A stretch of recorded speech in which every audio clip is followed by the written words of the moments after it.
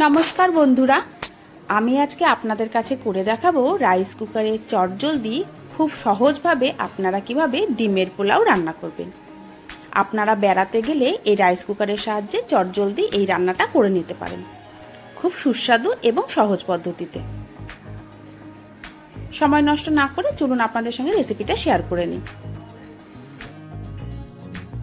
ঘরে থাকা ডিম ও আলু দিয়ে এক পাকে খুব সহজেই আপনারা রান্না করে নিতে পারেন ডিমের পোলাও, তাও আবার রাইস কুকারে। সমস্ত উপকরণ নিয়ে আপনাদের কাছে আমি চলে এসেছি। চাল ভিজিয়ে রেখেছিলাম, আর সমস্ত উপকরণ দেখে বুঝতেই পারছেন রান্না হবে ডিমের পোলাও। চলুন রাইস কুকারটা আপনাদের দেখিয়ে দিই। এই যে সেই রাইস কুকার, বিভিন্ন রকম রাইস কুকার হয়, আপনারা যেটা পছন্দ সেই রাইস কুকার ব্যবহার করতে পারেন। এই রাইস কুকারটা আমি বেড়াতে গেলে বহুবার ব্যবহার করেছি। এর আগে আমি একটি রেসিপিও শেয়ার করেছি রাইস কুকারের। রাইস কুকার খুলে এরকম একটা জিনিস দেখা যায়, তার মধ্যে এরকম একটা পাত্র থাকে, আর এটা হচ্ছে রাইস কুকারের কেবিল তার। এই জালিতে আপনারা চাইলে আলু, পটল, বেগুন সেদ্ধ দিতে পারেন। এছাড়া থাকে মেজারমেন্ট কাপ এবং একটি হাতা। অন্য রাইস কুকারের ক্ষেত্রে কিন্তু একটা জালিও দেখা যায়। বোলটা দেখে আপনারা বুঝতেই পারছেন রাইস কুকারটা আমি বেশ কয়েকবার ব্যবহার করেছি। যাই হোক, ডিমের পোলাও রান্না করার জন্য প্রথমে এখানে আমি 2টো ডিম এবং আলু কেটে ধুয়ে রেখেছি, সেটা সেদ্ধ করে নেব। নুনটা এখন প্রয়োজন নেই, নুন ছাড়াই সেদ্ধ করে নেব। প্রথমে এই বাটির মধ্যে দিয়ে দিলাম জল, তাতে দিয়ে দেব কাঁচা ডিম এবং আলু। সেদ্ধ হতে 5 থেকে 10 মিনিট সময় লাগে। আপনারা ঢাকা খুলে বারবার চেকও করে নিতে পারেন সেদ্ধ হতে ঠিক কতক্ষণ লাগলো। রান্না করতে করতে আমার একটু অভিজ্ঞতা হয়ে যাওয়ার জন্য আমার খুব একটা ঘড়ি দেখতে হয় না। পাত্রটা বসিয়ে এবার চলুন কারেন্টে বসিয়ে দেব। কারেন্টের তারটি এবার রাইস কুকারের সঙ্গে অ্যাটাচ করে নেব।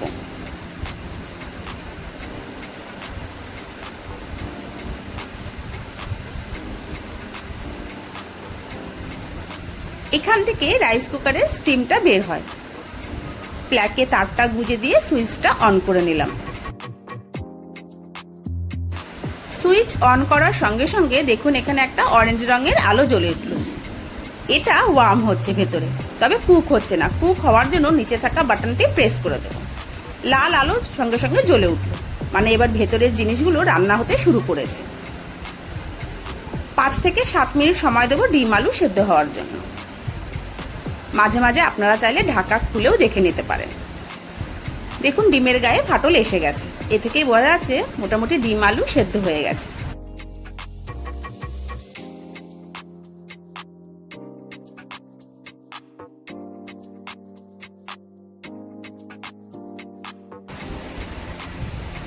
এবার রাইস কুকারের সুইচটি অফ করে দিলাম এবং ঢাকা খুলে ডিম এবং আলুটি বার করে নেব।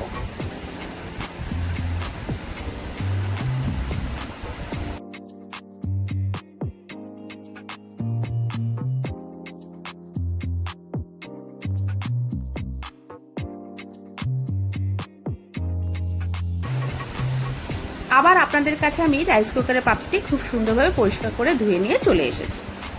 তবে রাইস কুকারের পাত্রের নিচের অংশে কোনো জল থাকলে হবে না। শুকনো পাত্রটি এবার রাইস কুকারে বসিয়ে দিলাম, তাতে দিয়ে দিলাম পরিমাণ মতো তেল। তারপরে আমি রাইস কুকারের সুইচটি অন করলাম। একই পদ্ধতিতে আমি বাটনটা প্রেস করলাম, তবে দেখুন ঢাকাটা বন্ধ নেই বলে কিন্তু লাল আলো জ্বললো না। যেই সঙ্গে সঙ্গে ঢাকাটা বন্ধ করে দিলাম লাল আলো জ্বলে উঠল, অর্থাৎ ভেতরে এবার তেল গরম হওয়া শুরু হয়ে গেছে। দেখতে দেখতে সেকেন্ডের মধ্যে তেল গরমও হয়ে যায়। দিয়ে দেবো গোটা গরম মশলা। গোটা গরম মশলা তেলের ওপর দিয়ে অল্প করে নেড়ে নেব। এরপর এর মধ্যে দিয়ে দেবো একের পর এক উপকরণ। এরপর দিয়ে দেবো 2টো মিডিয়াম সাইজের কেটে রাখা পেঁয়াজ। পেঁয়াজটা খুব ভালোভাবে ভেজে নেব।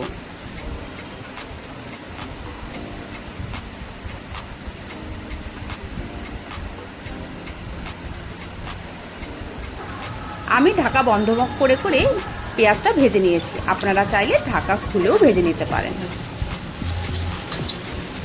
দেখতে দেখতে পেঁয়াজের কালারটা চেঞ্জ হয়ে গেলে এরপর আমরা এর মধ্যে দিয়ে দেবো সেদ্ধ করে রাখা ডিম এবং আলু।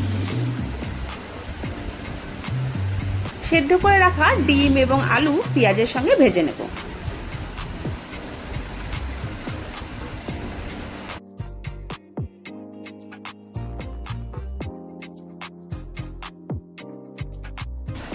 সেদ্ধ করে রাখা ডিম অল্প অল্প ভাজা হয়ে গেলে এবার আমি ডিম দুটো পাত্র থেকে তুলে নেব।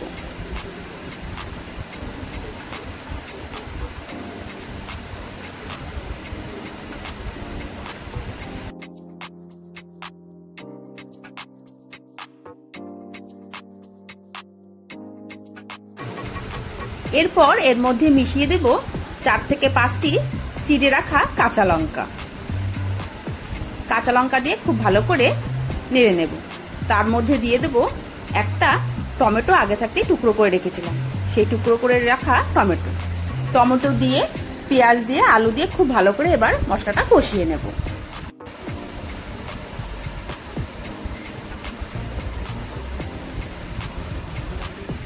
এবার এর মধ্যে দিয়ে দেব আদা বাটা, রসুন বাটা, লঙ্কা গুঁড়ো, জিরে গুঁড়ো, ধনে গুঁড়ো, লবণ এবং গুঁড়ো গরম মশলা। মশলা দিয়ে খুব ভালোভাবে কষিয়ে নেব।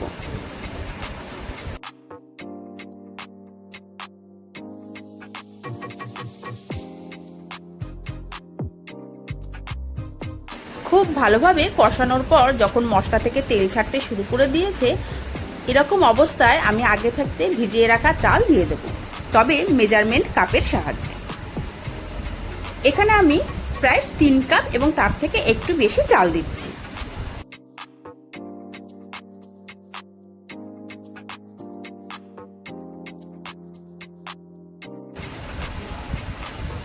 কষিয়ে রাখা মশলার সঙ্গে এবার চালটা খুব ভালোভাবে মিশিয়ে নেব।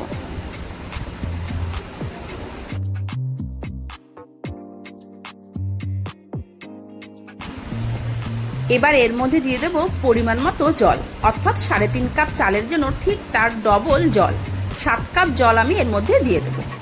আপনারা যদি একটু নরম নরম খেতে চান সেক্ষেত্রে জলের পরিমাণটা আরেকটু বেশি করে দিতে পারেন।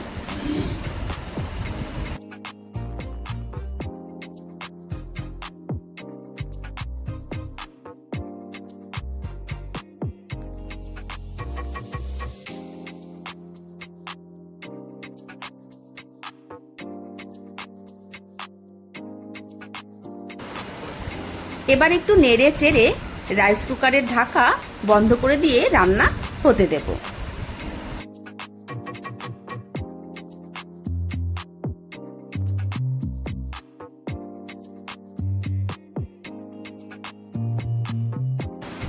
3 থেকে 4 মিনিট পর দেখুন জলটা ফুটতে শুরু করেছে। এরকম অবস্থায় আমরা পরিমাণ মতো চিনি দিয়ে দেব। আপনারা ঠিক যেমন চিনি খেতে পছন্দ করেন ঠিক স্বাদ অনুসারে সেই পরিমাণ চিনি দিয়ে দেবেন। রান্নাটা খেতে খুব সুস্বাদু হয় এই চিনিটা দেওয়ার জন্য।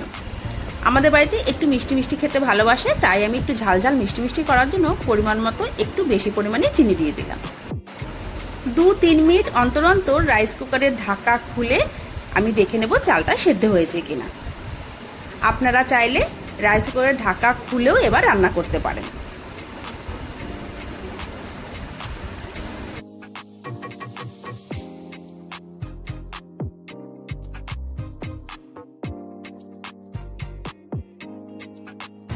দেখতে দেখতে জলের পরিমাণ অনেকটাই কমে এসেছে। এরকম অবস্থায় আগে থাকতেই সেদ্ধ করে যে ডিমটি ভেজে রেখেছিলাম সেই ডিম দুটো এবার ভাতের মধ্যে মিশিয়ে দেব। এরকম অবস্থায় আরও 2 থেকে 3 মিনিট রাইস কুকারের ঢাকা বন্ধ করে রেখে দেব।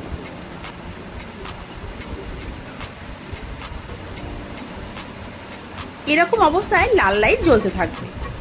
অরেঞ্জ লাইট জ্বলে গেলে মানে রান্নাটা পুরোপুরি কমপ্লিট হয়ে গেছে। আমরা সেই অপেক্ষা করব না, ঢাকা খুলে খুলে বারবার দেখে নেব নিচে ঠিক কতটা জল আছে। জলটা যখন প্রায় কমে আসবে সেরকম অবস্থাতেই আমরা দেখুন রাইস কুকারের সুইচটি বন্ধ করে দিলাম। খুব হালকা পরিমাণে জল আছে। এবার আমরা রাইস কুকারের ঢাকা বন্ধ করে রেখে দিলে যেটুকু জল আছে স্টিমে অর্থাৎ ভাপে সেইটুকু কিন্তু জল টেনে নেবে। দেখুন মিনিট 5 রেখে দিয়েছিলাম আর নিচের জল একদম শুকিয়ে গেছে। এর থেকে বেশি সময় রেখে দিলে রাইস কুকারের তলায় ভাতটা লেগে যেতে পারত।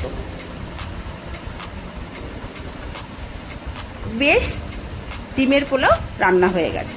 দেখতেও বেশ সুন্দর হয়েছে আর খেতে তার থেকেও বেশি সুস্বাদু। এবার গরম গরম প্লেটে সার্ভ করে নিন। আপনারা যদি বেড়াতে যান এরকমভাবে খুব সহজ পদ্ধতিতে এক পাকেই রান্না করে নিতে পারেন ডিম আলু দিয়ে ডিমের পোলাও। ঘরে বা বেড়াতে গিয়ে আপনারা রাইস কুকারে খুব সহজেই এইভাবে এক পাকে রান্না করে নিতে পারেন ডিমের পোলাও, যা সহজ এবং অতি সুস্বাদু একটি রেসিপি। ডিমের পোলাওয়ের এই রেসিপি আপনাদের যদি ভালো লেগে থাকে অবশ্যই লাইক, শেয়ার, কমেন্ট এবং সাবস্ক্রাইব করে দেবেন। যদি আপনাদের কোনো জিজ্ঞাসা থেকে থাকে অবশ্যই আমাকে কমেন্ট বক্সে কমেন্ট করে জানাতে ভুলবেন না।